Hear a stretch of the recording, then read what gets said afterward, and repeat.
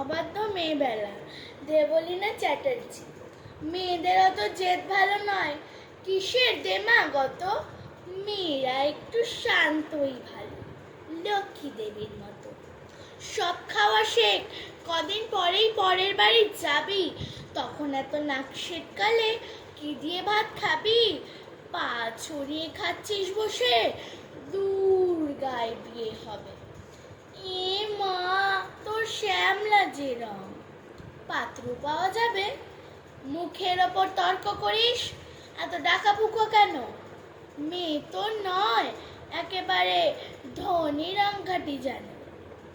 এসব কথা আমরা মেয়েরা সকলেই থাকি শুনি, কেউ কম শুনি, কেউ বা বেশি, কেউ হাতে গুনি। এসব কথা শুনে কত মেয়েদের ছোট হয় ছোটবেলা। মেয়েবেলা বলে কিছুই থাকে না, সবটা পুতুল খেলা। কেন গো সমাজ, কিসের জন্য এত এক চোখে দেখো? নারীরও সরল ছেলেবেলা থাকে, সেসব হিসেব রাখো। কেন গো মেয়েরা চঞ্চলে হলে দড়ি দিয়ে রাখো তারা?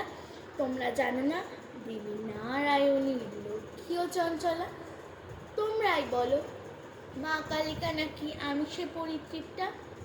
তবে আমি কেন সব খাওয়া শিখি? ডাল ভাত থেকে শুক্তা কেন পারবো না? কেন পারবো না তর্ক করতে, যদি সত্যি সঠিক জানি তর্কশাস্ত্রে সরস্বতী স্বয়ং বিজয়ী। ডাকাবুকো যদি না হতো দুর্গা, অসুর নিধন হতো, সাধারণ মেয়ে সাহসী হলেই ধানি লঙ্কার মতো। অনেক হয়েছে, ছাড়ো হে সমাজ, এক চোখামিটা ছাড়ো। শিশুদের মাঝে লিঙ্গ না বেচে ওদের শিশুই বিচার করো। সময় এসেছে, মেয়েদের পায়ের বেরি করে দাও খোলা। এরপর থেকে নারীদেরও থাক অবাধ্য মেয়েবেলা। এরপর থেকে আমাদেরও থাক অবাধ্য মেয়েবেলা। নমস্কার।